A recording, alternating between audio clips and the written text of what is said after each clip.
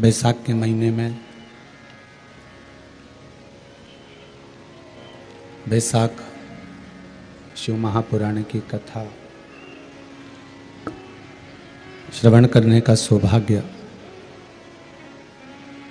बाबा देवाधिदेव महादेव की कृपा से अपन सभी को प्राप्त हुआ है। बैसाख के महीने में नवमी तिथि को माता जानकी का प्रागट्य हुआ है। पृथ्वी से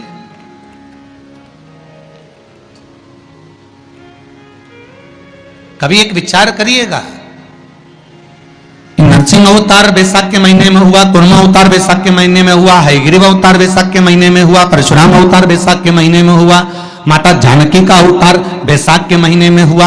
आखिर बैसाख के महीने में, माधव महीने में इतनी महत्वता क्यों?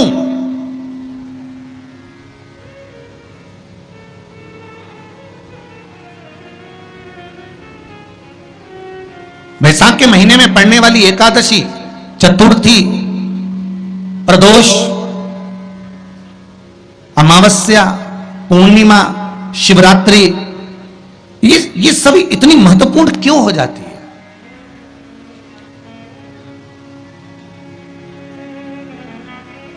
इसकी महत्वता इतनी प्रबल क्यों हो जाती है?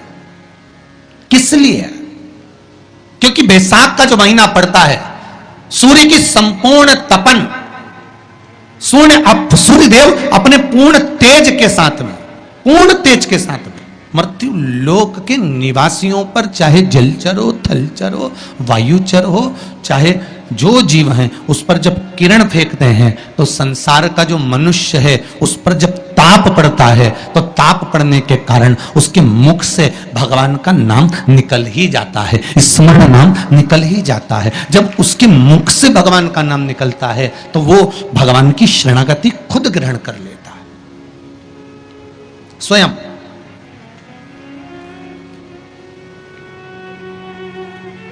शरणागति ग्रहण कर लेना। बैसाख की पोथी पढ़ते हो आप लोग? आप में से अगर कोई पढ़ता हो बैसाख महीने की पोथी, तो उसमें एक वर्णन आता है, गीता प्रेस गोरखपुर के कल्याण अंक में भी आप ये पावन बैसाख चरित्र श्रवण कर सकते हैं। उसमें बैसाख महीने की पोथी में 10वें दिवस की कथा में 10वें अध्याय में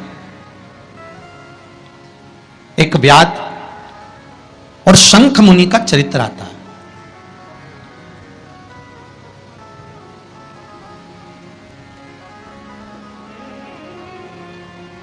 शंख मुनि एक बार निकलकर भगवान शंकर के मंदिर में जल समर्पित करने के लिए जा रहे थे और शिव मंदिर की ओर जाते बीच मार्ग में चलते और वो शंख मुनि जब शिव के मंदिर में पहुंचे, शंकर भगवान के मंदिर में जाकर उन्हें दर्शन किया,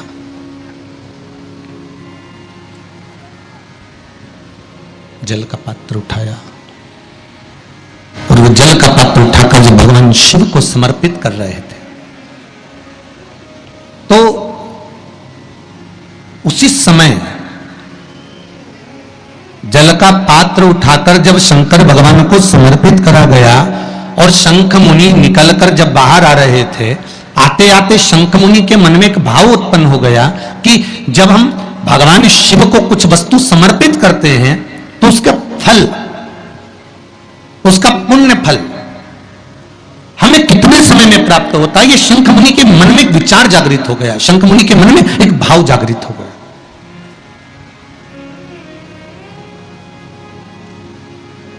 कई माताएं पशुपति व्रत करती हैं,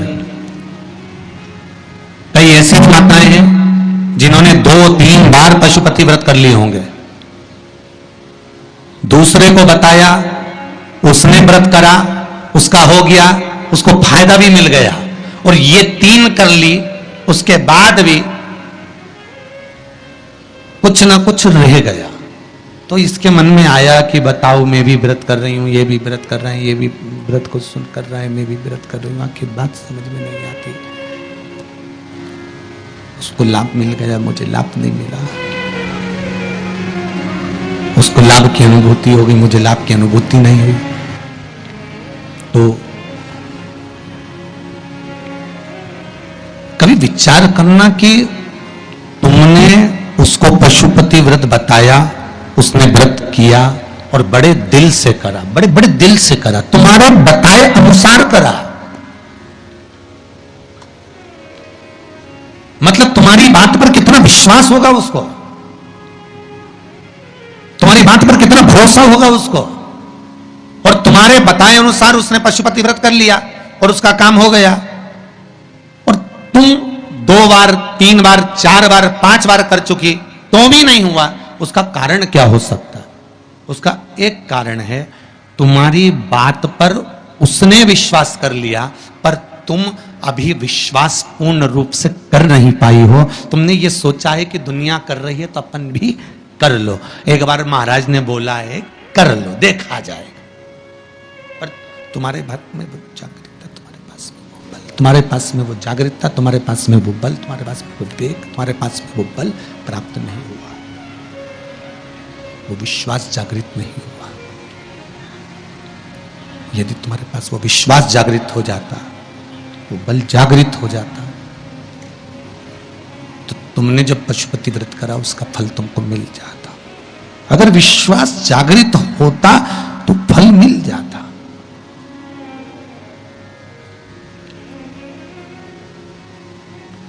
विश्वास जागृत होने पर फल की अनुभूति है। किस किस के घर में तुलसी का पौधा है?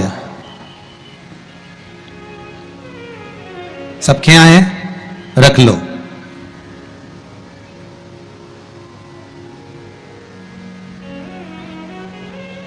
कहां लगा है? घर के अंदर कि घर के बाहर? घर के बाहर। ठीक है। दिया लगाते हो? अच्छा, कौन है वो जिस तुलसी मैया को दिया लगाते हो? कौन है वो? बोलते तो जाओ जरा जल्दी जल्दी। माता है। घर में जो सास है वो कौन है? वो भी बोलो तो जम के बोलो जरा। माता है। बैसाख का महीना चल रहा है, बहुत जोरदार गर्मी पड़ रही है, बहुत जोरदार गर्मी, खूब जोर की। तुम्हारी सास की कुर्सी घर के बाहर लगा दो।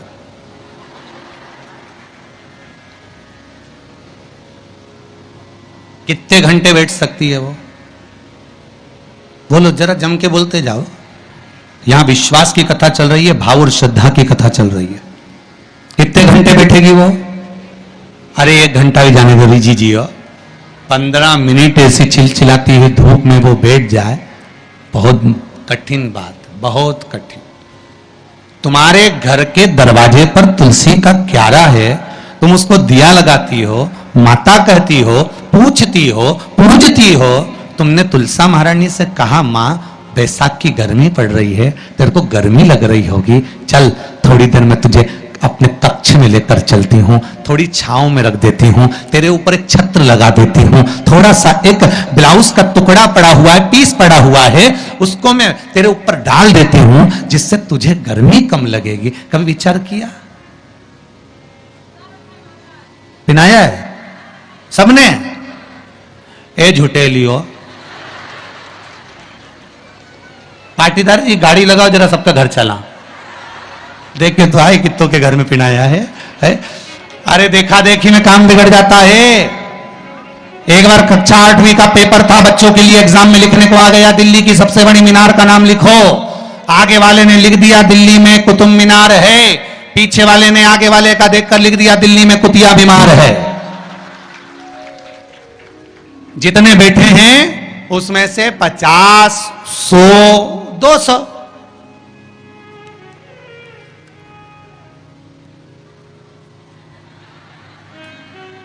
अरे बोलो तो सही है। उतना बहुत।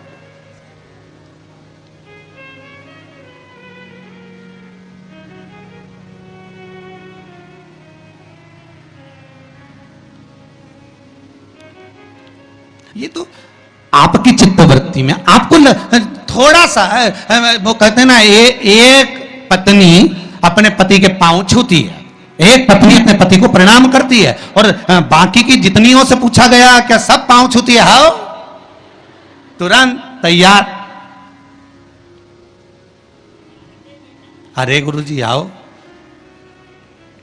ये तो उसी में कहा लोग हैं ना, वो एक आप लोग गाते हैं ना, वो देवी जी की आरती, माता पिता का है इस जग में बड़ा ही सुंदर नाता, उसी में का हाल है पति पत्नी का है इस जग में बड़ा ही सुंदर नाता, बैठी बैठी पत्नी खाती, पति कमा कमा मर जाता।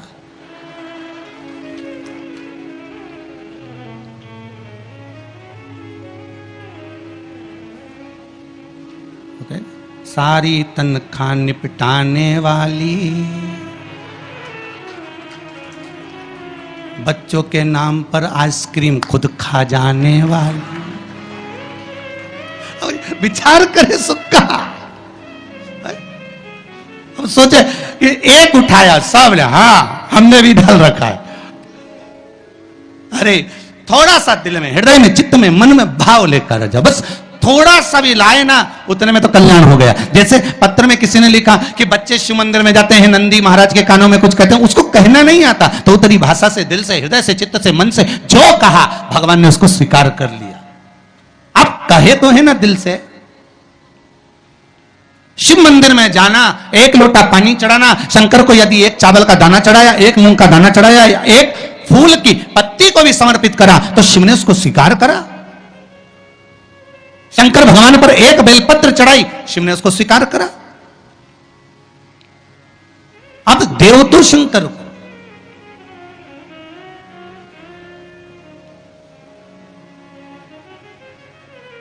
आप भगवान ओघरदानी को प्रदान तो करो।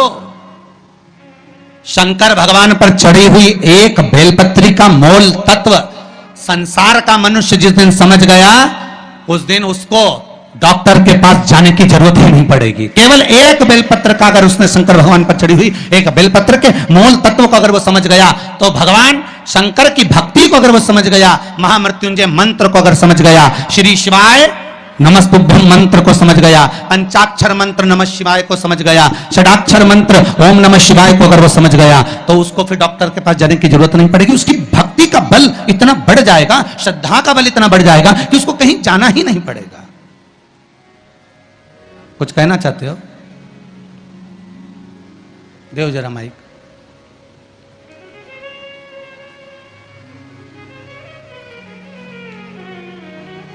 कॉर्डलेस देव संजय।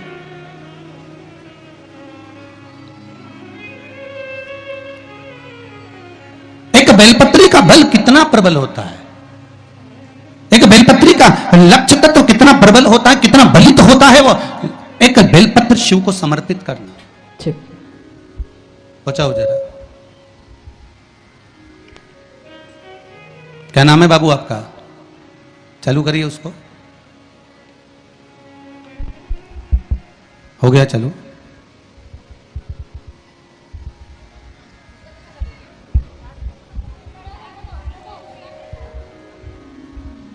श्री शिवाय नमस्तुभ्यम। श्री शिवाय नमस्तुभ्यम गुरुजी। कहाँ से हैं बाबू आप? मैं बिहार के रहने वाला हूँ, जमुई जिला के, लेकिन मैं जॉब करता हूँ मुंबई में। मुंबई में जॉब करते हैं। भोलेनाथ की असीम कृपा हुई है बाबा मुझ पर। मैं 1 साल से शिव महापुराण की कथा सुनता था, और पहले मेरी माँ सुनती थी, तो 2-4 बार मुझे सुनाई, मुझे सुनने के लिए बोली, तो मैं उनकी बात पे ध्यान नहीं दिया। मैं सोचा, मैं अपने मोबाइल पे कुछ वीडियो वगैरह गेम वगैरह खेलते रहता था, मैं ध्यान नहीं दिया। जब उन्होंने बहुत मुझे रिक्वेस्ट किया तो मैं सुना, तो मुझे एक ही शिव महापुराण की कथा में 3 घंटे की चर्चा में मैं बस आधे घंटे की सुना, तो मुझे ऐसा भोलेनाथ की रस चढ़ी कि अभी तक वो चढ़ती गई, और ऐसे चढ़ी कि मैं जब भी देखता हूँ शिव मोबाइल में अपने, तो शिव महापुराण की कथा भी सुनता, दिन रात शिव महापुराण, इतना मैं हो गया, डूब गया कि रात को भी मैं ईयरफोन लगा के मैं सुनते रहूं। अब मेरी माँ देखे सुने तो बोले अरे तुम तो पागल हो गया। मैं बोले भोलेनाथ की भक्ति में मैं पागल हो ही गया। जब मैं भोलेनाथ से मैं बोला कि भोलेनाथ जब आप मुझे शिव महापुराण की कथा सुनने का मौका दिया है तो एक बार मुझे कथा में पहुंचा दीजिए। लेकिन एक बार आपने उज्जैन में होने वाली थी शिव महापुराण की कथा, वो लॉकडाउन की वजह से कैंसिल हो गई और उस शिव महापुराण की कथा में मैं आने वाला था। लेकिन उस दिन से मैं सोचा कि जब जब कथा होता था अच्छा इस कथा चला गया अगले कथा में मैं पहुंचूंगा, लेकिन मैं पहुंच नहीं पाता था। आज अब तो पहुंच गए ना? हाँ मैं पहुंच गया। बस बाबा भोलेनाथ की कृपा से मैं बहुत है, बाबा की कृपा बनी रहे। मैं भोलेनाथ से मैं बोला कि भोलेनाथ आप मेरी जगह लेके चलो, मुझे नहीं लेके जाते थे। अब मैं आज नहीं, मैं शनिवार कल ही मैं शिव महापुराण की कथा में पहुंचने वाला था। अब पहले भोलेनाथ से बोल दिया भोलेनाथ हरिद्वार में कथा होने वाली है। अब मैंने आपको बोल बोल के थक गया है, अब मैं कुछ नहीं बोलूंगा आपको। अब जो जवाब मेरा करने का है मैं सुना देता हूं, आपको जो अमल करने का करने का। मैं भोलेनाथ को बोला भोलेनाथ मेरी इच्छा है, मेरी शनिवार से रायसेन में कथा होने वाली है, रतलाम में कथा होने वाली है। मेरी आपसे विनती है कि अगर मैं शिव महापुराण की कथा में नहीं जाऊंगा, अगर नहीं पहुंचाएंगे आप तो आज दिन के बाद आपकी ना कथा सुनेंगे ना तो हम आपकी चौखट पे पैर रखेंगे। अब तो पहुंच गए, यही शिव की कृपा है बेटी। हर हर महादेव की जय। यही शिव कृपा। अब एक बेलपत्र का मूल तत्व, एक बेलपत्र का महत्व, शिव की एक पूजन का महत्व जिस दिन समझ गए उस दिन जीवन की सार्थकता अपने आप प्राप्त हो जाए। आप उसको समझो तो। शंभु शरणी पड़ी मांगू घड़ी रे घड़ी दुख काटो दया करी ने दर्शन। शिव की एक बेलपत्र के नहीं जाओगे कभी डॉक्टर के पास, आप शंकर का भजन तो करो। आप सूर्य नारायण भगवान को अर्घ तो दो।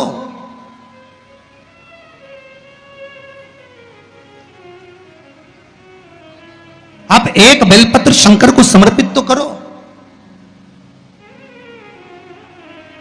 जिस बेलपत्र को आप वृक्ष पे से तोड़कर या बाजार में से 5 रुपए की खरीद कर लेकर शंकर भगवान को चढ़ा देते हो, शिव जी के पास जो पहुंच गई, जो अर्पण कर दिया जाता है, भगवान को दे दिया जाता है, वही तो प्रसाद बन जाता है। अरे बोलो जम के। जो शिव जी को दे दिया जाता है, अर्पण कर दिया जाता है, या राम जी को दे दिया जाए, या कृष्ण भगवान को दे दिया जाए, या देवी देवताओं को दे दिया जाए, जो भी हम भगवान को अर्पण करते हैं वो प्रसाद बनता है कि नहीं बनता?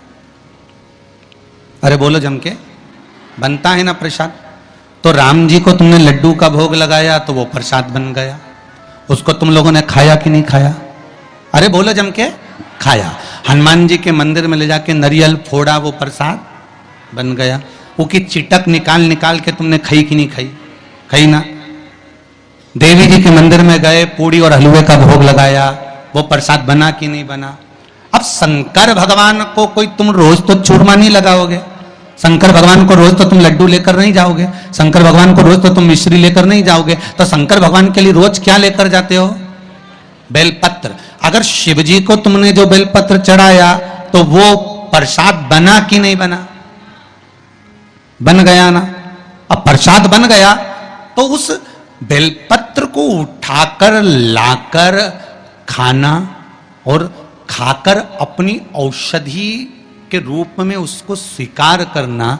उसके बाद इस शरीर में चाहे शुगर हो, चाहे बीपी हो, चाहे ब्लड प्रेशर किसी भी रूप में हो, चाहे किडनी, लीवर कुछ भी डैमेज हो रहा हो, डायलिसिस चल रहा हो, अब एक बार बाबा को चढ़ाकर उससे विनती कर कर तो लाओ कि हे शंभु, ये तेरे बल पर लेकर जा रहा हूं। मैंने सुना है तुझ पर जो चढ़ता है वो प्रसाद बन जाता है। और ये त्रिगुणाकार बेलपत्र को मैं लेकर जा रहा हूं, मैं खाऊं और बाबा इतनी कृपा कर देना कि ये औषधि का काम कर दे और मेरी बीमारियां समाप्त कर दे। ये शिव से कहो।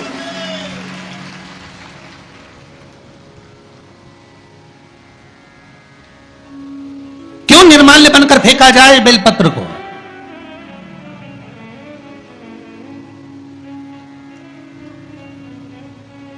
इस बेलपत्र के मूल तत्व को जिस दिन जानोगे, बैसाखी शिवरात्रि शिव महापुराण की कथा चल रही है रतलाम के इस पावन प्रांगण में, और लाखों लाखों लोग कथा को श्रवण कर रहे हैं। कल जितने लोग आए थे उससे 2 गुना लोग आए हैं, टेंट एक्स्ट्रा लगाया है। बता रहे थे कल 9 बीघा में टेंट लगा था, आज 18 बीघा में टेंट लगाया है, तो भी जगह नहीं है बैठने के लिए, लोग खड़े होकर कथा सुन रहे हैं।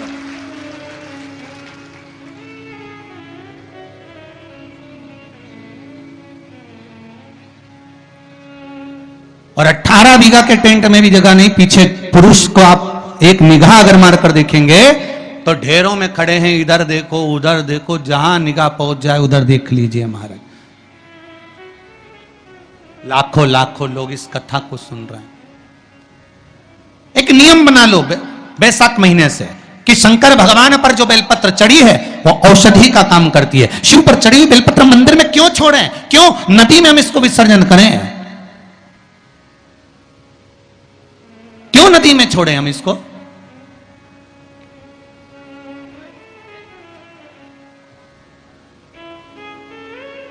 उसको उठा लाए, उसका प्रयोग करा, खाया, और उसका जो फल हमें मिला वो जीवन का सुख। हम तो ब्राह्मणों से भी कहेंगे, जितने ब्राह्मण जन शंकर भगवान के मंदिर में पूजन करते हैं, जितने विप्र जन भगवान शिव के मंदिर में पूजन करते हैं, उनको करबद्ध निवेदन, उनके चरणों को प्रणाम कर कर, उनके चरणों को नमन कर कर, उन ब्राह्मणों के चरणों को नमन कर कर निवेदन करूंगा कि आप शंकर जी के मंदिर में कोई प्रसाद बांटो ना बांटो, जो बेलपत्र शंकर जी के मंदिर में चढ़ती है उस बेलपत्र को उठाकर धूप में डाल दो, सुखा लो, पीस लो, और पीसने के बाद उसकी पुड़िया बना लो। उस पुड़िया को प्रसाद के रूप में देना चालू कर दो कि ये खाना चालू करो। किडनी, लीवर, शुगर, बीपी सब धीरे धीरे धीरे धीरे समाप्त होने लगेगा। तुम करो तो वो बेलपत्र ना तो किसी नदी में विसर्जन करने की जरूरत है और ना कहीं फेंकने की जरूरत है।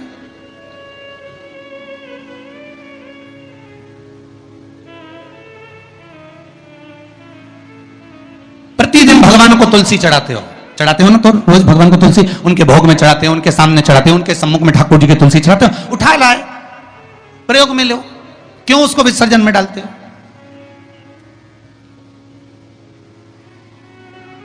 जो विसर्जन के लायक है उसका विसर्जन करो, और विसर्जन भी कहां करो? क्षिप्रा, गंगा, नर्मदा, सरयू या आपके क्षेत्र की कोई पवित्र नदी है, उस नदी में ले जाकर कोई निर्माल्य वस्तुएं मत पटको। आज वैसे ही इस पृथ्वी पर जल स्तर गिरते जा रहा है, उस पवित्र जल को हमें संजोना है। जो निर्माल्य की वस्तु मिले, एकांत में किसी खेत में उसको एक खड्डे में डालकर इकट्ठा करो। जब उसकी खाद बन जाए तो जिस खेत में उसको डालोगे भगवान के प्रसाद को, वो खेत भी उज्जवल आनंद सुख प्रदान करेगा और कुछ ना कुछ अच्छा देना प्रारंभ करेगा। क्यों किसी पवित्र नदी को हम नष्ट कर रहे हैं? क्यों गंगा को हम कचरा डालकर नष्ट करें? क्यों यमुना को, सरयू को, क्षिप्रा को हम नष्ट करें? हम उसको शुद्ध बनाने का प्रयास करें, हम उसको निर्मल बनाने का प्रयास करें। अपने गांव में, नगर में जो तालाब, जो बावड़ी, जो कुएं हैं, उनको हम निर्मल बनाने का प्रयास करें, शुद्ध बनाइए। भगवान ब्रह्मा और भगवान विष्णु ने यह संवाद निश्चित कर दिया कि मैं चरण देखने के लिए जा रहा हूं, आप शीश देखने के लिए जा रहे हैं। शीश में भगवान नहीं मिल पा रहे। भगवान चरण देखने के लिए गए, चरण ढूंढते ढूंढते ढूंढते भगवान विष्णु सामने प्रकट हो गए। ब्रह्मा जी भी आए, गाय और केतकी के फूल को लेकर आए, पर इनको चरण नहीं मिले। और ब्रह्मा जी ने कह दिया कि मुझे शीश मिल गया। झूठ निश्चित कर दिया है, असत्य निश्चित कर दिया।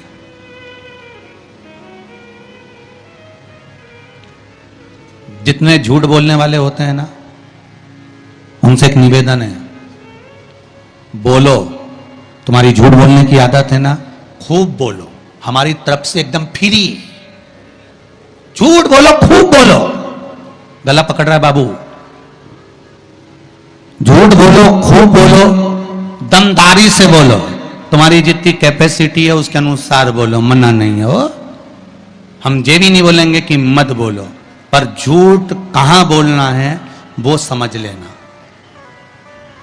पत्नी पति से झूठ ना बोले, शिव महापुराण की कथा कहती है।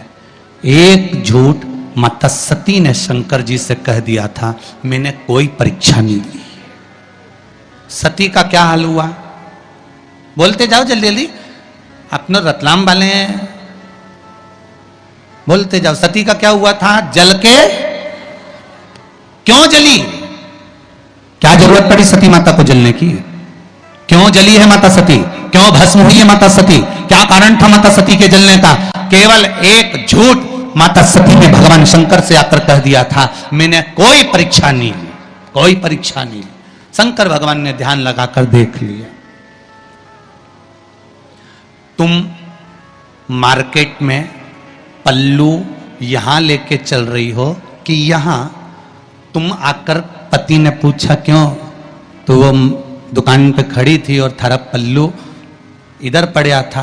कहीं नहीं, मैं तो यूं च पड़ी। तुमने किसी और को देख लिया होगा, ठीक है। अब पहले के समय में शंकर भगवान ध्यान लगाकर देख लिए थे कि सती मैया ने झूठ बोला कि सच बोला। आज के जमाने में तो दुकान दुकान में कैमरा लगा हुआ, वो पकड़ के ले गया, चल अभी चल तुम्हारे साथ। तुम्हारे झुटला रही, मुझे झुटला रही, चल। और गाड़ी पे ले गया ने बिठाया, और कई हाल चल रहे बलबीर थारा बस जोरदार। ला थारी भाभी अभी आई थी कि नहीं आई थी? सामान लेने आई थी।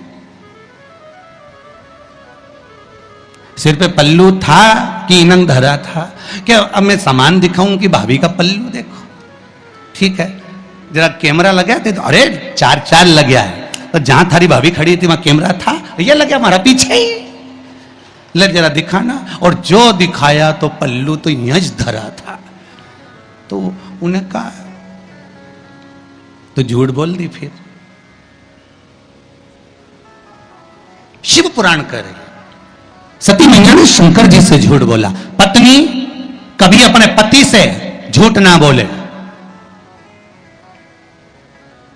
और ये केवल पत्नियों के लिए ही नहीं है,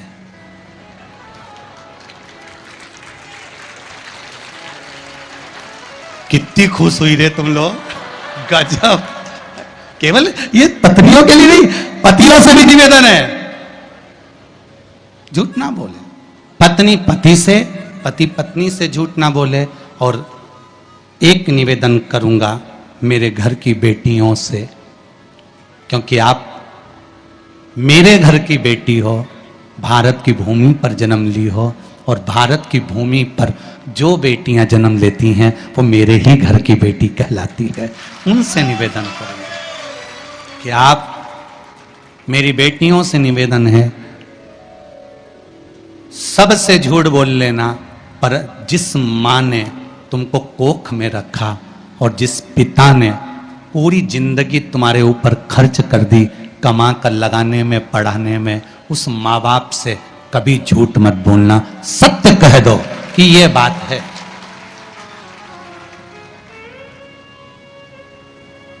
निर्णय तुम्हारे माता पिता लेंगे।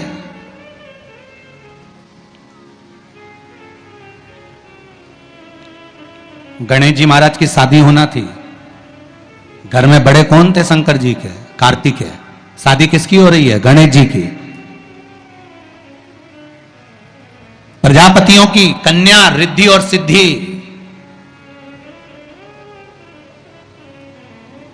जब देव ऋषि नारद ने कहा प्रजापति से बेटियों का विवाह नहीं करना है, करना है, पर मैंने अभी बेटियों से पूछा नहीं है। विवाह के लिए मुझे बेटियों से तो बात करना पड़ेगी ना कि बेटियां विवाह करना है मुझे तुम्हारा। बेटियों ने अपने पिताजी से कहा, पिताजी हम भी विवाह करने को तैयार हैं, पर बात इतनी सी है कि हम विवाह तो कर लेंगे, पर बात केवल एक तत्व की है कि पिताजी हम विवाह तो करें, पर हम दोनों का जन्म एक साथ हुआ है, इसलिए विवाह भी एक ही लड़के से करेंगे। ठीक है। दूसरा, हमें मीठा खाने का शौक है, लड़का भी ऐसा होना चाहिए कि उसको भी मीठा खाने का शौक, ठीक है। हम दोनों बहन धीरे धीरे बात करती हैं, उसके कान ऐसे होना चाहिए कि वो हमारी धीमी बात को भी सुन ले, ठीक है। हम जब भोजन बनाएं, आवाज लगाने की जरूरत नहीं पड़े, सुगंध नाक में जाए और दौड़ के आ जाए, ऐसा तुम्हारा दामाद होना चाहिए, ठीक है। और जहां बैठे तो लगे कि जमाई साहब बैठे हैं, उठ उठ के नी भागे, ऐसा दामाद होना चाहिए। तो देव ऋषि नारद ने पूछा तुम्हारी लड़कियों के लिए कैसा लड़का चाहिए, तो क्या बेटियों ने बताया ऐसा ढूंढ लो, तो ढूंढ लिया और एक ही मिला।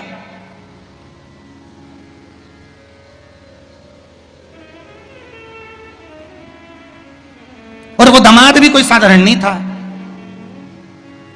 सब देवताओं की शादी हो रही थी, गणेश जी की शादी नहीं हो रही थी। क्यों?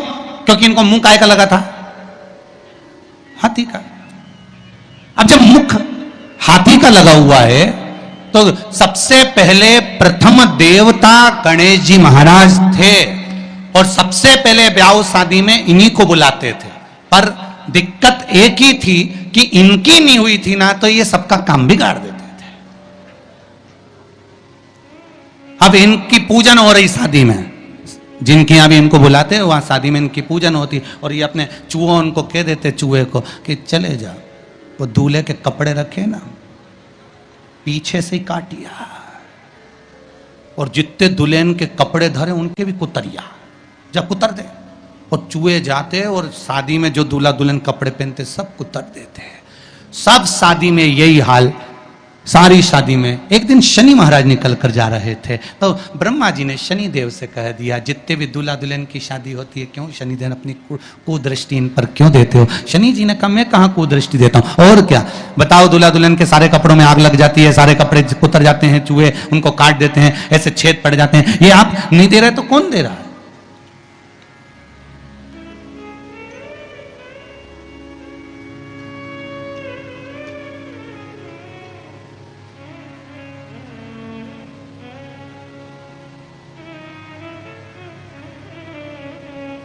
अगर ये नहीं देंगे तो कौन देगा? शनि महाराज अच्छी बात नहीं है। शनि देवता ने कहा नहीं नहीं नहीं नहीं, मैं नहीं करता। फिर मालूम पड़ा श्री गणेश जी महाराज करते। तो सबसे पहले ब्याह गणेश जी का पक्का करा कि भैया ये इसका ब्याह पहले होना चाहिए, और सब कुछ गणेश जी में था। कान भी ऐसे थे बड़े बड़े कि सुनाई भी अच्छे से दे जाता, नाक भी ऐसी थी कि यहां बैठे वहां से सूंघ लेते, और दामाद भी ऐसा था कि एक बार बैठ गया तो 10 दिन उठता ही नहीं था। कोई साधारण थे? मेरा बेटियों से निवेदन, पत्नी पति से झूठ ना बोले, पति पत्नी से झूठ ना बोले, बेटी अपने माता पिता से झूठ ना बोले। मेरा निवेदन है शिष्य अपने गुरु से झूठ ना बोले, और भक्त भगवान से कभी झूठ ना बोले। यहां तक सीमित रखो, यहां तक सीमित, बहुत है। और झूठ बोलना एक जगह पर जरूर बोलना। कहां? यदि कोई गाय कसाई के यहां कट रही हो, वहां जाकर झूठ बोल देना कि ये गाय मेरी है, छुड़वा कर लिया ना। झूठ वहां बोल दो। झूठ बोलने के भी स्थान बताए गए, कहां कहां झूठ बोलना है, कैसे कैसे झूठ बोलना है, किस तरह से झूठ बोलना है, स्थान बताए गए महाराज।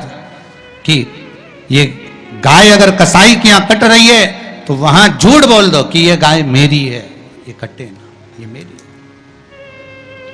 ब्रह्मा जी ने झूठ बोला शिव जी के सामने, केतकी के पुष्प ने झूठ बोला शंकर जी के सामने, गौ माता ने झूठ बोला शिव जी के सामने। महाराज अंत क्या हुआ? केतकी के पुष्प को श्राप लगा, सारे देवताओं पर चढ़ेगा पर शंकर पर नहीं। गाय को श्राप लगा, तेरा शरीर पूजा जाएगा पर मुख नहीं।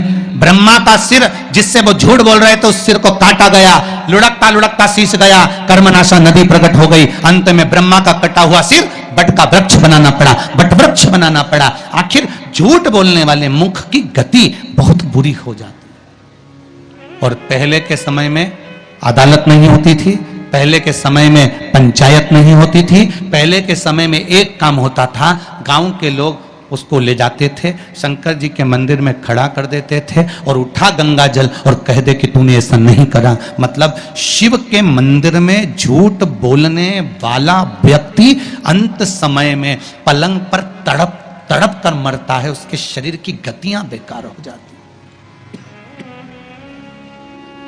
शरीर की गतियां बेकार। भगवान शिव की कथा कह रही है, शंकर भगवान का अनुमोदन कह रहा है, आनंद कह रहा है कि जीवन में अगर आप भगवान शिव को कुछ समर्पित कर रहे हो, जीवन में कुछ आप चढ़ा रहे हो, शिव भक्ति में अगर लीन हो तो उसका एक सुख, एक आनंद ही दूसरा। झूठ ना बोले, बोलो, मना नहीं, पर किसी गौ माता की रक्षा करना हो, राष्ट्र का उत्थान करना हो तो चलेगा। आगे चरित्र आया है भगवान शंकर का पावन, और भगवान शिव के पावन चरित्र का वर्णन किया। शंख मुनि शिवजी के मंदिर में जल चढ़ाकर लौट रहे थे।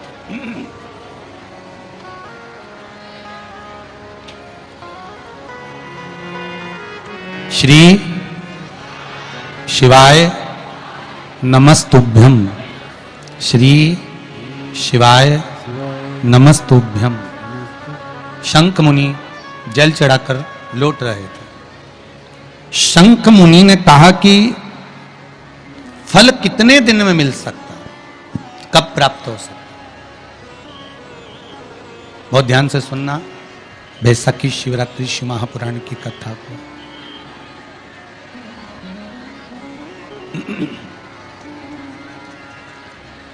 फल कितने दिन में मिल सकता है, कब प्राप्त हो सकता है, कैसे मिलेगा?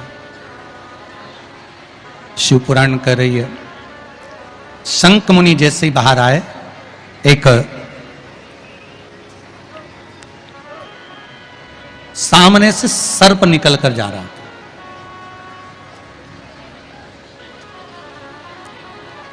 और सामने से जब सर्प निकल कर जा रहा है,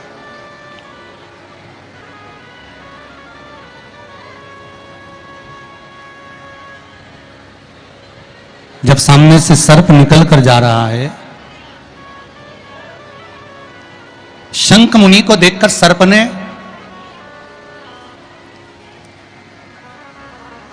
एक व्याघ्र और शंख मुनि के संवाद को सुना।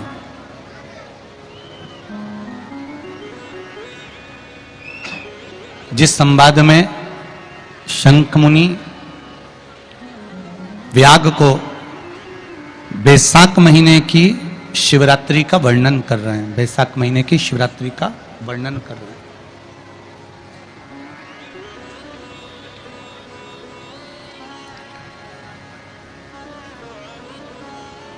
उस वैशाख महीने के महत्व को जब सर्प ने सुना, सुनने के बाद में सर्प थोड़ी देर वहां पर देखता रहा शंख मुनि को।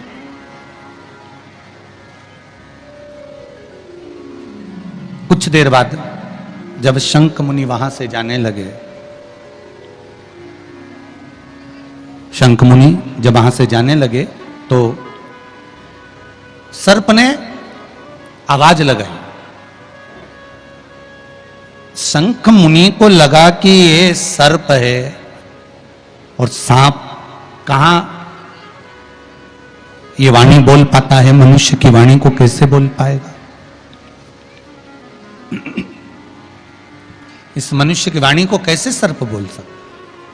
पर सर्प ने आवाज लगाई, शंख मुनि रुके। रुके तो शंख मुनि ने उस सर्प से पूछा कि क्या बात है?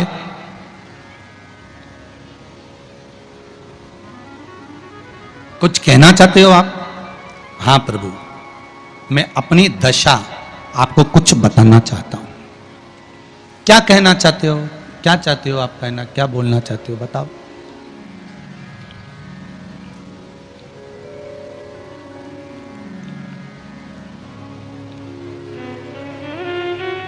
क्या बोलना चाहते हो बोलिए। तो कहा महाराज, पूर्व समय में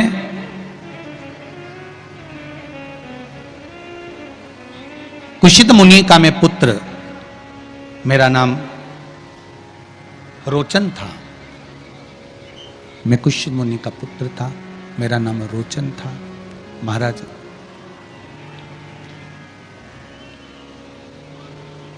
एक मुनि का पुत्र होने के साथ में मेरा मन कभी सत्संग में, कभी भजन में, कभी कीर्तन में, कभी स्मरण में, कभी भक्ति में नहीं लगा, कभी भगवत स्मरण में लगा ही नहीं। भगवत कीर्तन में मेरा मन पहुंचा ही नहीं। सारे बेकार कर्म में मैं लगा रहता, सब बेकार कर्म मेरे हाथ के द्वारा होते।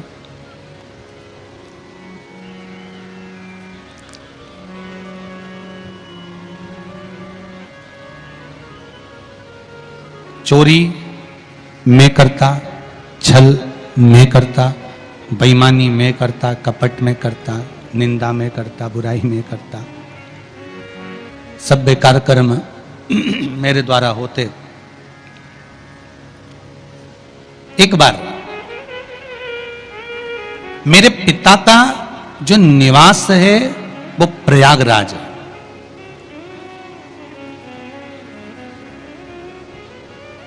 आप किस जगह पर रह रहे हो और वहां की धरा क्या कह रही है। एक भूमि का बहुत बड़ा प्रताप होता है महाराज, बहुत बड़ा प्रताप। क्यों कहते हैं कि 12 ज्योतिर्लिंग जहां पर भगवान शिव विराजमान है, ऐसे 12 ज्योतिर्लिंग की भूमि में जाकर एक रात्रि विश्राम करना चाहिए। किसी पुरी में जाओ, उस पुरी में जाओ तो 2 रात्रि का विश्राम जरूर करना चाहिए। किसी तीर्थ में जाओ तो उस तीर्थ में जाकर पवित्र नदियों के जल का सींचन, भले आप स्नान करें ना करें, पर पवित्र नदियों के जल का सींचन होना चाहिए।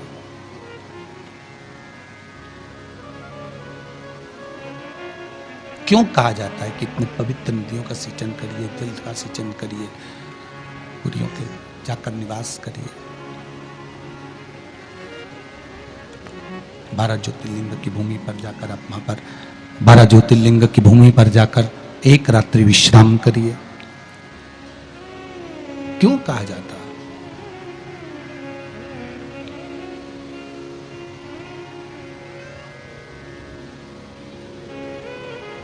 काम, लोभ, आसक्ति, वासना, तृष्णा, मोह, प्रपंच, ये सब जब हम किसी 12 ज्योतिर्लिंग की भूमि पर जाकर एक रात्रि विश्राम कर कर जब भगवान शंकर के नाम का स्मरण करते हैं, पूजन करते हैं, भक्ति करते हैं, भजन करते हैं, कीर्तन करते हैं, मंत्र जाप करते हैं, नाम जाप करते हैं, तब इस शरीर के द्वारा वो रात्रि भर विश्राम करने पर हमारे भीतर का जो ताप है, पाप है, लोभ है, आसक्ति है, तृष्णा है, वासना है, अहम है, ये सब निकल कर बाहर हो जाता है। ये सब निकल कर बाहर, जैसे भट्टी के अंदर लोहे को पकाया जाता है और फिर निकाला जाता है, तो लोहे को जिस आकृति में ढालना होता है उस आकृति में लोहा ढल जाता है। उसी तरह जब हम 12 ज्योतिर्लिंग में से किसी एक ज्योतिर्लिंग की भूमि पर जाकर रात्रि विश्राम करते हैं तो हम भी भगवान शंकर के आशीर्वाद से निखर कर बाहर निकल कर आते हैं, निखर कर बाहर।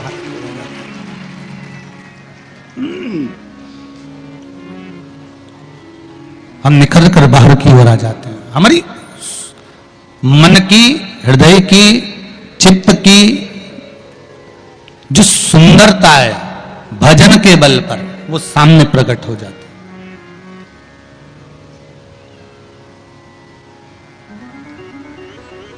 वो सम्मुख में प्रकट हो जाती है।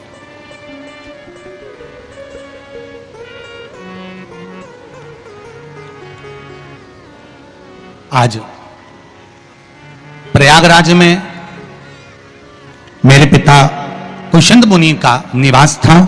मैं रोचन उसी भूमि पर निवास करता था। एक बार त्रिवेणी संगम पर जयंत नाम के एक ब्राह्मण आए और उन ब्राह्मण ने अपने बैसाख महत्म में यह वर्णन किया कि एक बेलपत्र का वृक्ष हो या पीपल का वृक्ष हो या तुलसी का पौधा हो या आंवले का वृक्ष हो या बट वृक्ष हो, उस वृक्ष के नीचे बैसाख के महीने में जो जल समर्पित करा जाता है, उस जल की पुण्याई इतनी प्रबल हो जाती है कि व्यक्ति के जीवन में जितना पाप कर्म करा होता है वो सब निष्फल हो जाता है, वो सब समाप्त हो जाता है।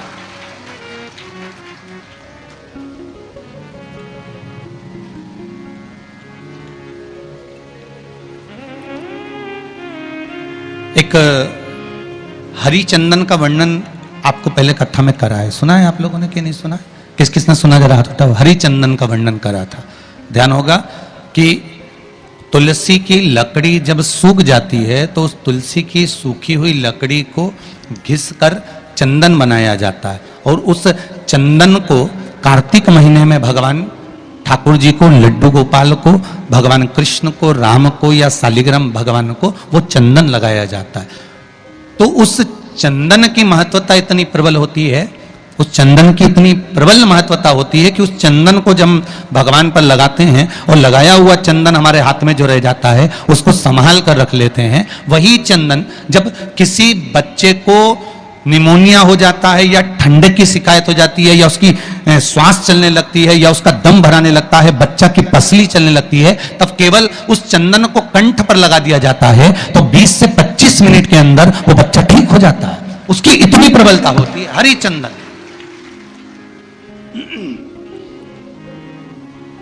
शंभु शंभु हरिचंदन की इतनी महत्वता होती है। अब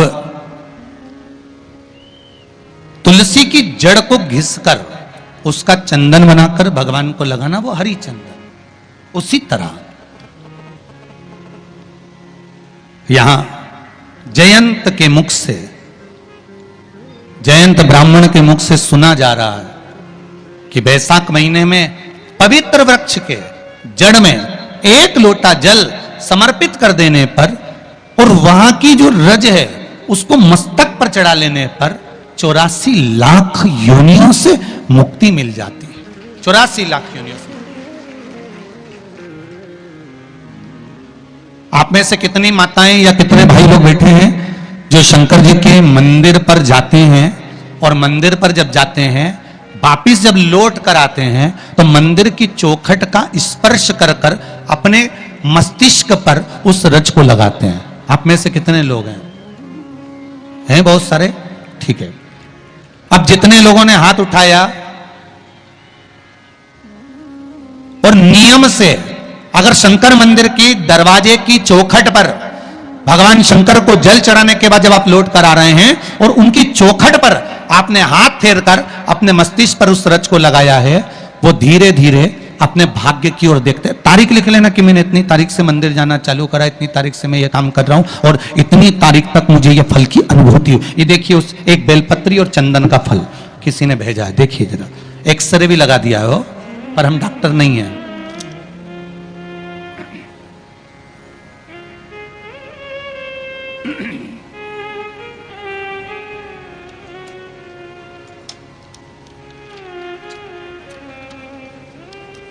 एक्सरे भी लगाया है।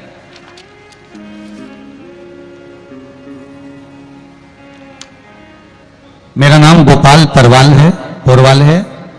अरिहंत परिसर कालका माता मंदिर के पीछे रतलाम से हूं मैं। कहीं बैठे हो? आप ही हैं? दोनों हाथ हिला दीजिए एक बार। हर हर महादेव।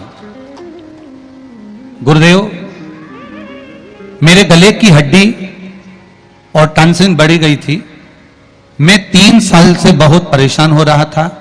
मैंने बहुत इलाज करवाया। मैंने 1 साल पहले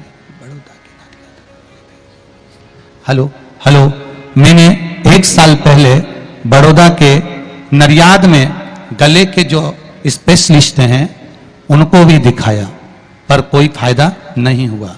मैंने अभी फिर से 9/3/2022 को, तीसरा महीना मतलब अभी कौन सा चल रहा है? चौथा।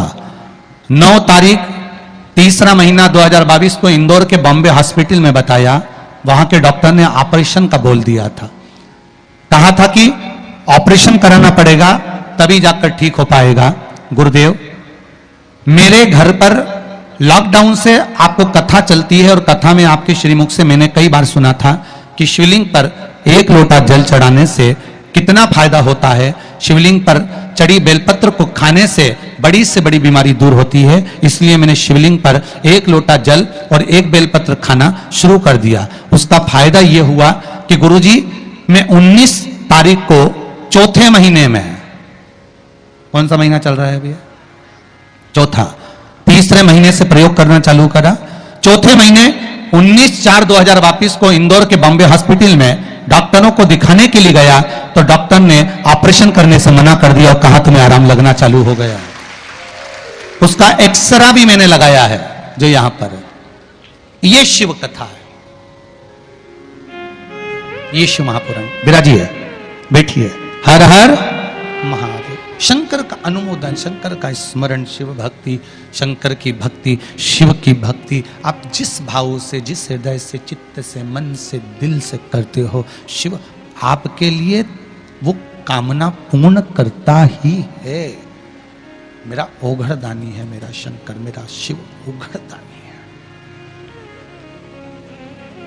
शंभो शरणे पड़ी मांगू घड़ी रे घड़ी, दुख काटो दया करी ने दर्शन आपो।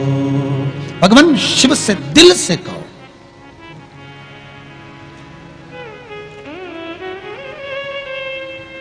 अरे मन से कहोगे वो स्वीकार करेगा।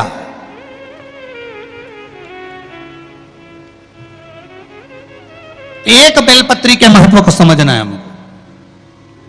केवल एक बेलपत्र। और मेरा कई मंदिरों से और मंदिर के अगर कई ट्रस्टी बैठे हो उनसे सबसे निवेदन है, जो बेलपत्र ज्यादा चढ़ गई हो उसको सुखा लो, पाउडर बनाओ, पुड़िया बनाओ और प्रसाद के रूप में बांटना प्रारंभ करिए। आप उसका फल देखोगे तो आनंद की अनुभूति हो जाएगी। हमें फेंकना नहीं है, हमें उसको निर्माल्य में डालना नहीं, हमें उसको किसी नदी तालाब में ले जाकर पटकना, हमें उसको जल को समझना है, हमको उसको जल से महत्व को समझना है।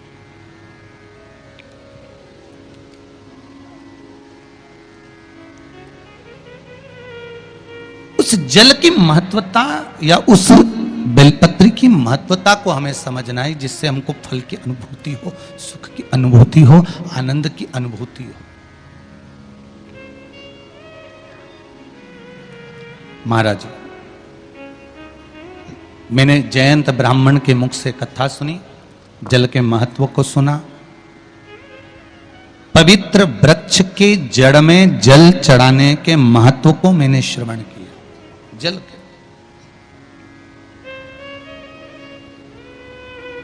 शंकर भगवान का अगर कहीं मंदिर है आपके नजदीक में, कहीं पर भी अगर मंदिर है, उसके मात्र शिखर का दर्शन भी आप कर रहे हो ना, उसमें भी आपको सुख का अनुभव हो जाएगा। अभी किसी ने कहा गुरुजी वो राजस्थान में 300 साल पुराना शिव मंदिर तोड़ दिया, उसके लिए आप कुछ नहीं कहोगे? आप शंकर की कथा करते हो, शिव जी का इतना वर्णन करते हो, शिव मंदिर तोड़ा गया, आप कुछ नहीं कहोगे? हमने काम कहकर क्या करेंगे? वो तोड़ते रहें, हम बनाते रहेंगे, उसमें क्या टेंशन? जमीन के मंदिर तोड़ सकते हो, पर ये सनातनियों के दिल में जो मंदिर बन गया उसको कैसे तोड़ोगे महाराज? कैसे तोड़ोगे? और किस तरह से तोड़ोगे? हमारा तो केवल इतना सा निवेदन था, मंदिर तोड़ना ही था तो कम से कम उसके अंदर जो धरोहर रखी थी 300 वर्ष पुरानी, जिसको पुरातत्व विभाग को देना था, मेरे शंकर, कार्तिकेय, मां, गणेश जी उनको धीरे से नीचे से हाथ जोड़कर उखाड़ लेते, निकाल लेते और उसको पुरातत्व विभाग को ही दे देते, तो भी दिल में प्रसन्नता होती। पर जिसके कर्म का दंड जो भोगेगा, तोड़ो। पर आप लोगों से निवेदन एक है, सभी से, शंकर भगवान के प्रति श्रद्धा, विश्वास, भाव दिल से होना चाहिए। फिर निवेदन करूंगा मेरी जीजियों से, मेरी माताओं से, मेरे भाइयों से, नवयुवक बच्चों से, इतना सा निवेदन है, आप मंदिर भी नहीं जा सकते ना, घर में रहकर भी आप सूर्य नारायण भगवान को जल चढ़ा सकते हो, वो भी नहीं कर सकते तो श्री शिवाय नमस्तुभ्यम मंत्र का जाप कर सकते हो, जिस मंत्र के बल पर आप शंकर को प्राप्त कर सकते हो, शिव को प्राप्त।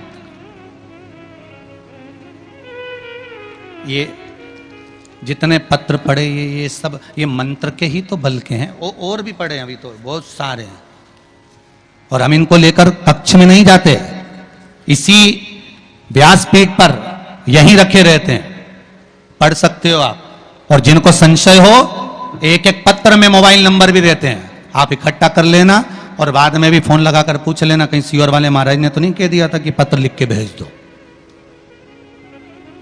यही है, यहीं पड़ा हुआ है, यहीं रखा हुआ है। आप तो अपनी भक्ति में लगे रहो, स्मरण में लगे रहो, भक्ति के बल पर लगे रहो। जितना भगवान शिव का स्मरण कर सकते हो, भजन कर सकते हो, नाम जाप कर सकते हो, नाम कीर्तन कर सकते हो, करो।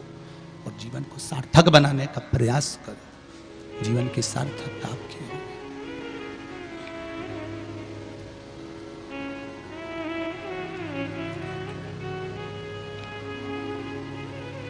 भगवती स्मरण, चित्तवृत्ति, भजन, कीर्तन, नाम जाप, मंत्र जाप, नाम कीर्तन, नाम स्मरण जीवन का सुख प्रदान कर देता है। जयंत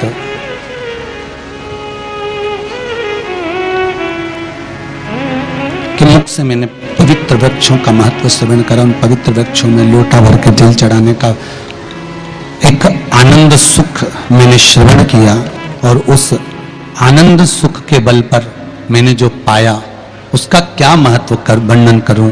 कहा, रोचन ने कहा,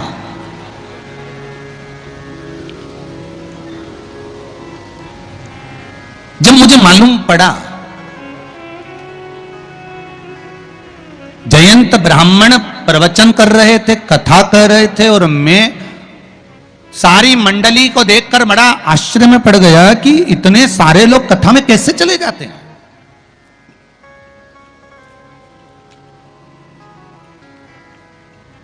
इतने सारे लोग कथा में कैसे पहुंच जाते हैं, कैसे चले गए, कैसे पहुंच गए।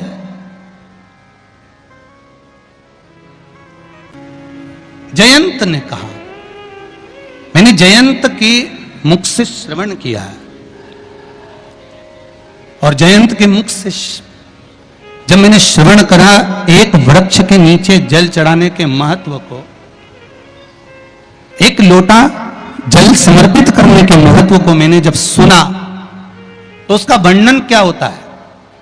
मैं तो जाकर कथा में बैठा था, केवल देख रहा था कि कितने लोग आए हैं, कितना आनंद समाया है, क्या क्या हो रहा है, क्या क्रम हो रहा है, क्या क्या किया जा रहा है। पर उस कथा में मेरी चित्तवृत्ति नहीं थी, मेरा मन नहीं था, मेरा हृदय उस कथा में नहीं था।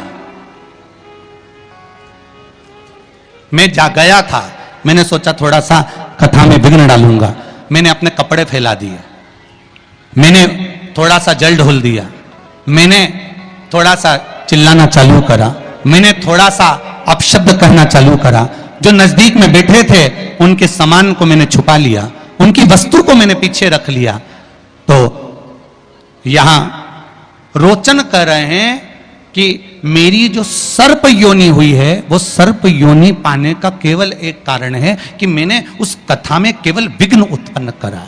और फिर निवेदन करूंगा, अगर पाटीदार जी कथा करवा रहे हैं, आप सब लोग इस कथा के आनंद में विराजमान हैं, प्रयास करना कि कथा में जितनी देर हम बैठे इसमें कोई विघ्न ना आए। हम भगवान का नाम लेकर स्मरण कर कर, भक्ति को धारण कर कर, भगवान के भजन को धारण कर कर अपनी चित्त वृत्ति में उतारें और प्रयास करें कि उसमें कोई विघ्न उत्पन्न ना हो, उसमें कोई विघ्न ना हो। क्यों?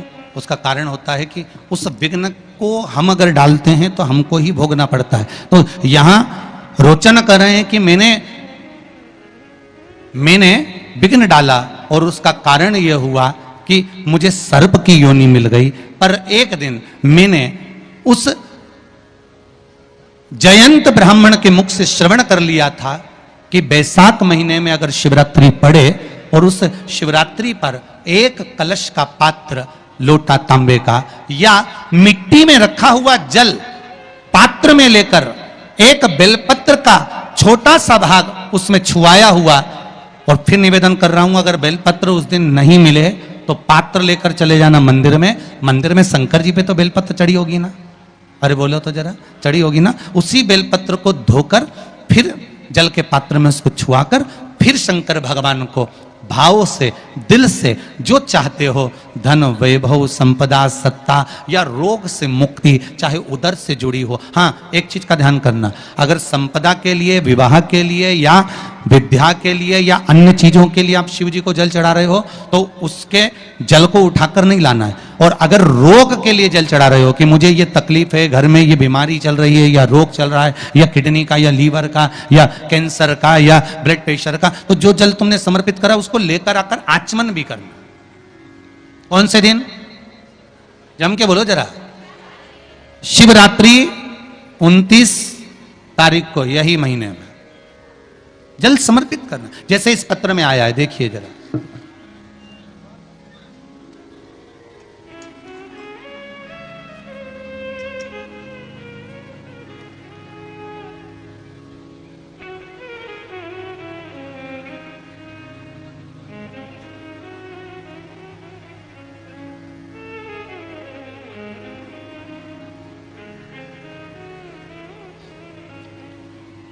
दिनेश कुमावत सैलाना, कहीं बैठे हैं?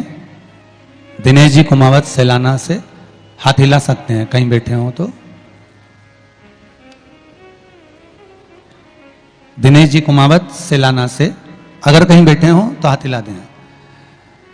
इन्होंने पत्र में लिखा है, गुरुदेव, भगवान शंकर पर एक लोटा जल प्रतिदिन अर्पित करने की महिमा मैंने जानी है। मैं रतलाम का निवासी हूं, जिला रतलाम सैलाना का निवासी हूं। गुरुदेव, पिछले 2 वर्ष से सीपीसीटी की परीक्षा दे रहा था, परंतु 2-3 नंबर से रह जाता था। इस बार मैंने आपका बताया हुआ बेलपत्र पर शहद लगाकर शिव को चिपकाकर फिर परीक्षा देने गया। पेपर कठिन होने के बाद भी मुझे 90% अंक प्राप्त हुए और रतलाम का ही कॉलेज प्राप्त हुआ। ये पत्र, ये शिव भक्ति है। आप शंकर भगवान को जो समर्पित कर रहे हो, शिव को जो दे रहे हो। एक पत्र और है बड़ा सुंदर, देखिए।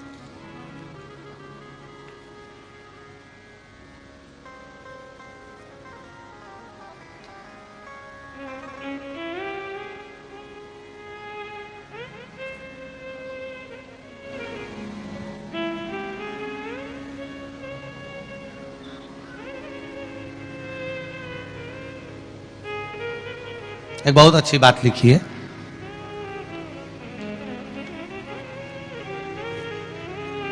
कि घर के जब बुजुर्ग आशीर्वाद देते हैं तो एक ही बात क्यों कहते हैं कि पुत्र भाव, भगवान तुझे अच्छा बेटा दे, पुत्र दे, छोरा दे। कभी भी घर के लोग ये आशीर्वाद क्यों नहीं देते कि भगवान तेरे को अच्छी बेटी दे, अच्छी पुत्री दे। बहुत अच्छी बात लिखी है।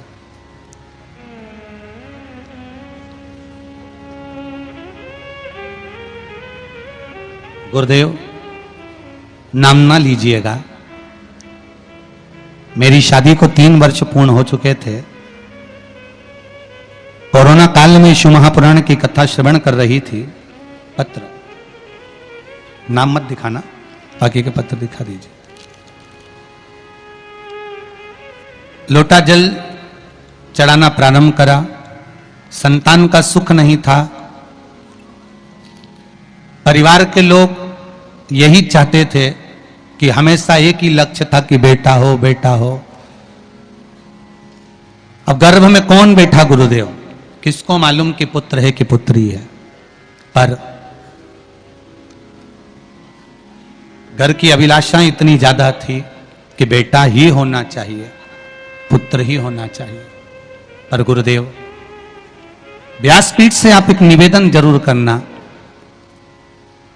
कि आप कहते हो कि बेटा एक कुल को तारता है और बेटी दो कुल को तारती है, तो आशीर्वाद देते समय पुत्री का भी आशीर्वाद होना चाहिए।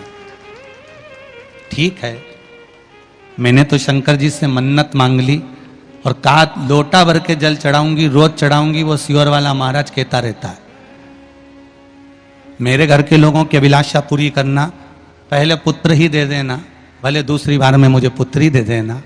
और भगवान की कृपा हुई, 15 दिसंबर को मेरे घर में बेटा हो गया है। ये शिव की कृपा से हुआ। पर मेरा एक निवेदन आप सभी से, जितने श्रोता भाई बहन बैठे हुए, जन्म, मरण, परण, ये 3 मेरे भगवान के हाथ में है, मेरे शिव के हाथ में। जन्म भी उसके हाथ में है, मरण भी उसके हाथ में है और परण भी उसके हाथ में है। ये तीनों शिव के हाथ में, कोई दूसरे के हाथ में ये चीजें नहीं। भगवान से एक निवेदन मेरी माताओं से है, बहू को जब भी आशीर्वाद दो तो ये मत कहो कि पुत्र हो। बहू को आशीर्वाद दो तो ये दो कि तेरे गर्भ से जो संतान हो वो संस्कारित पैदा हो और राष्ट्र हित के लिए हो। सनातन धर्म को छोड़कर तेरे गर्भ से जन्म लेने वाली संतान दूसरे धर्म को ना अपनाए। भगवान से प्रार्थना करना कि तेरे गर्भ से ऐसी संतान हो। बने तो सनातनी बने, दूसरे धर्म में प्रवेश ना करे। एक पत्र में किसी ने लिखा है, देखो,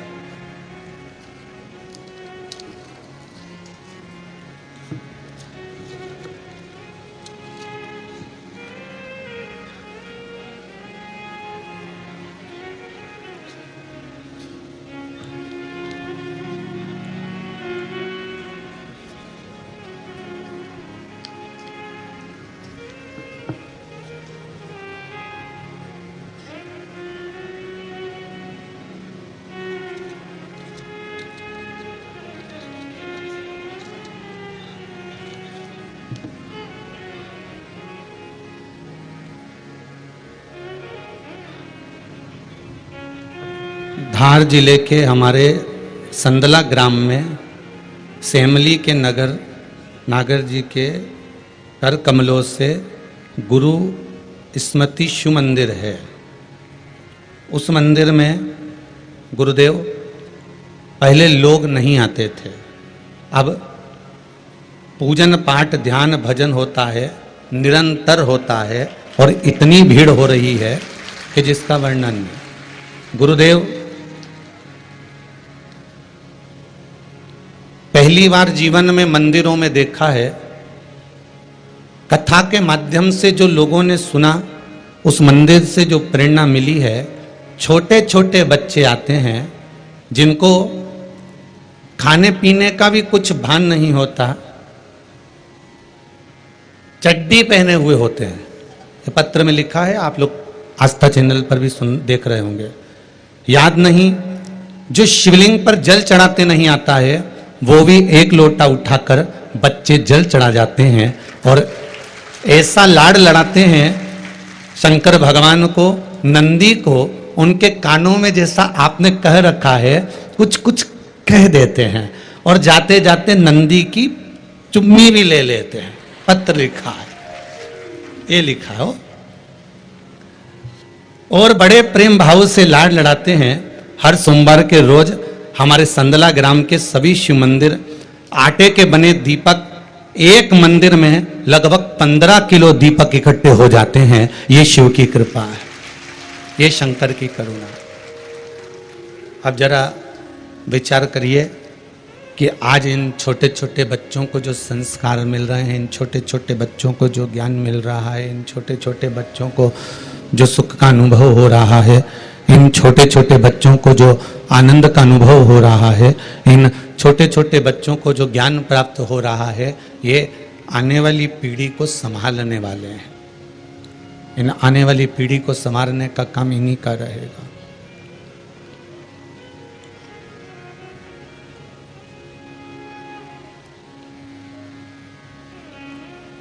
आने वाली जो पीढ़ी है वो इन्हीं के सुपुर्द है। कुछ मत रखो आप अपने पास में। हम ये भी नहीं कहते कि आप भगवान शंकर को बहुत सारी दौलत देना या धन देना या संपदा देना या बहुत सारा वैभव देना। हम तो इतना कहते हैं शंकर जी को अपना दिल दे देना, बस उतना बहुत काफी है, बहुत है उतना। भगवान शिव को यदि आपने अपना हृदय दे दिया, दिल दे दिया, अपना मन दे दिया, अपना चित्त दे दिया, अपनी वृत्ति दे दी, तो शिव उससे भी प्रसन्न हो जाते हैं। बहुत सारा उसको धन दौलत से कोई मतलब नहीं है, उसको बहुत सारी संपदा से कोई मतलब नहीं, उसको बहुत सारे वैभव से कोई मतलब नहीं।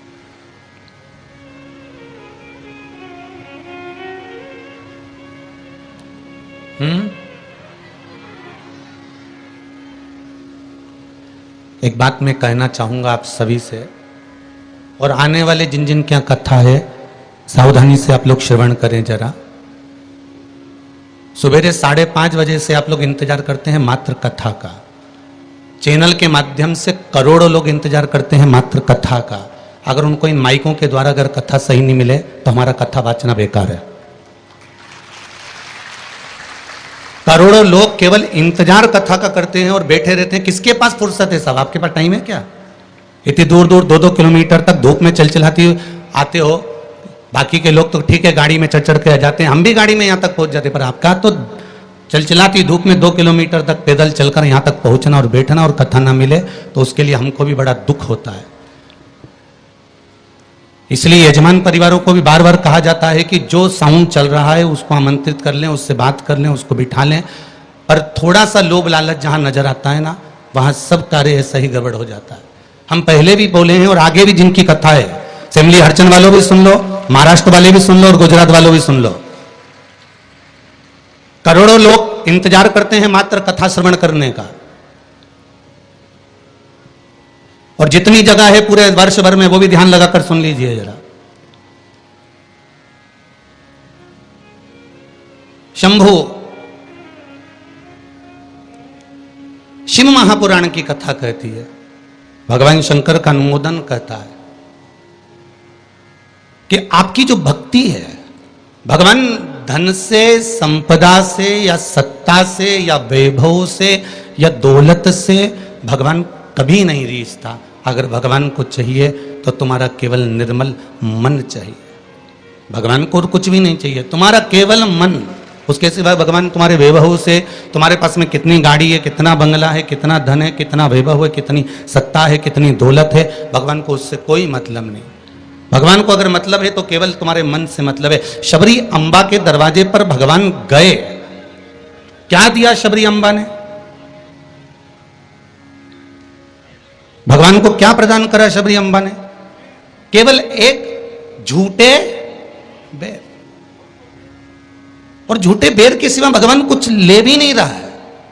अब तुम शंकर जी को क्या देते हो? अगर शबरी अम्बा ने भगवान राम को झूठा बेर दिया है तो आपने कौन सा अच्छी चीज दी थी भगवान को? जल दिया वो मछली का झूठा था, दूध दिया वो बछड़े का झूठा था, फूल दिया वो भौरे का झूठा था, मिठाई बना कर दी वो चींटी की झूठी थी। तुमने दिया क्या? और ये मनुष्य का शरीर दिया भगवान के चरणों में, ये भी तो झूठा है। फोन पे तो तुरंत कह देता है माँ तो तारे बिना एक बिना नहीं रहूं, 1 मिनट नहीं रहूं, तेरी तो मुझे बहुत याद आए। और भगवान के पास जाए कि तुम्हारे बिना मेरा कोई नहीं है। भगवान के रेंदे रे झूठेला। भगवान भी कहते काहे को झूठ बोले? अभी फोन पे बोल रहा था मेरे को थारी याद आ रही, तेरे बिना 1 मिनट नहीं रह सकता, तू तुम्हारे हृदय में बसी, ने तू तुम्हारा चित्त वृत्ति में बसी। और मंदिर पहुंचा ने अगरबत्ती लगाते लगाते बोला तन मन धन सब कुछ तेरा। भगवान के आ गया भेरू झुटेला। भगवान सोचा काय आया।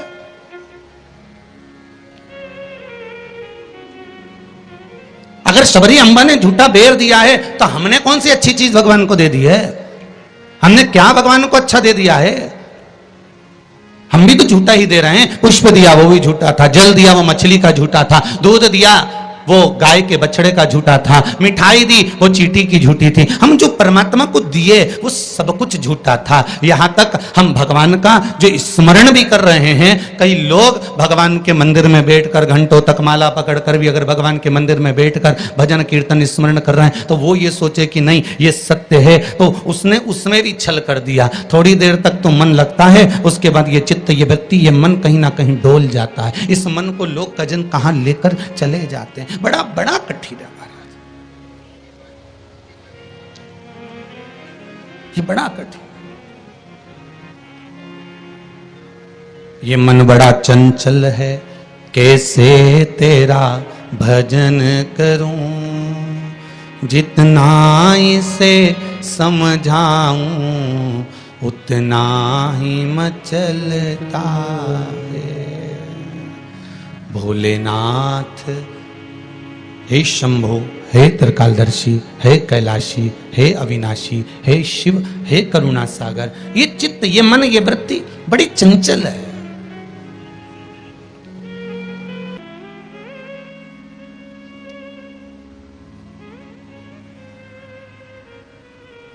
भगवान की भक्ति में रमने वाला चाहिए, भगवान का स्मरण करने वाला चाहिए, नाम कीर्तन करने वाला चाहिए।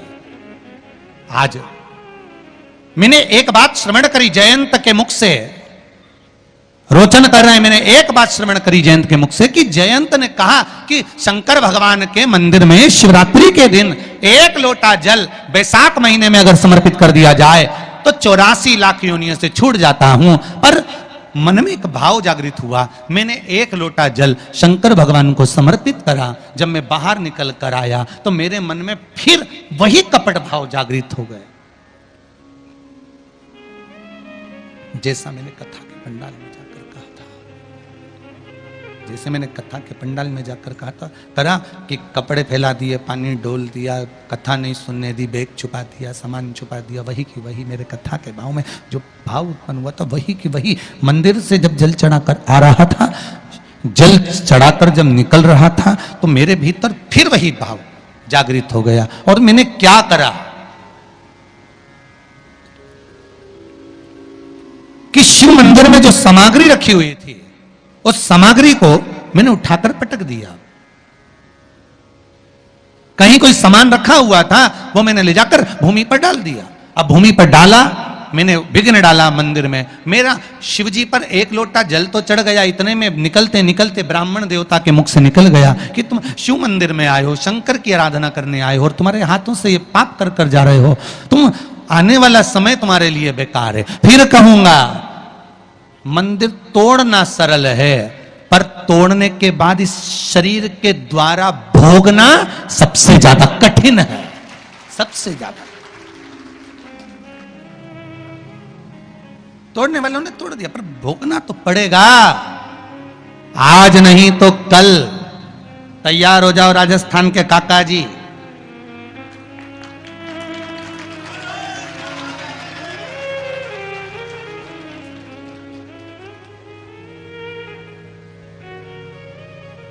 बहुत सारे रिश्तेदार मिल रहे हैं हमारे, है हर कथा में कोई ना कोई एक रिश्तेदार मिल जाता है। भगवान की बड़ी कृपा है, शिव जी की।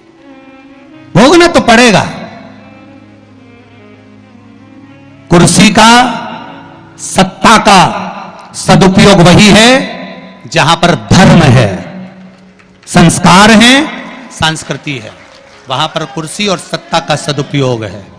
अगर कितने दिन की कुर्सी रहती है रे भाई, जरा विचार करिएगा, कितने दिन की सत्ता रहती है, व्यक्ति अकड़ में फूल जाता है, हम इस पद पर हैं। फिर निवेदन करूंगा, तुम्हारी डिग्री केवल यहीं तक काम आएगी, केवल यहीं तक।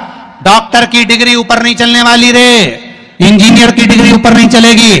चाहे कलेक्टर हो, एसपी हो, डीएसपी हो, थानेदार हो, मंत्री हो, संतरी हो, कलंतरी हो, चाहे कोई भी हो, जिस पद पर हो तुम्हारी डिग्रियां केवल यही काम आएगी, ऊपर तो ये डिग्री काम आएगी कि 7 दिन की शिव महापुराण से क्या लेकर गया।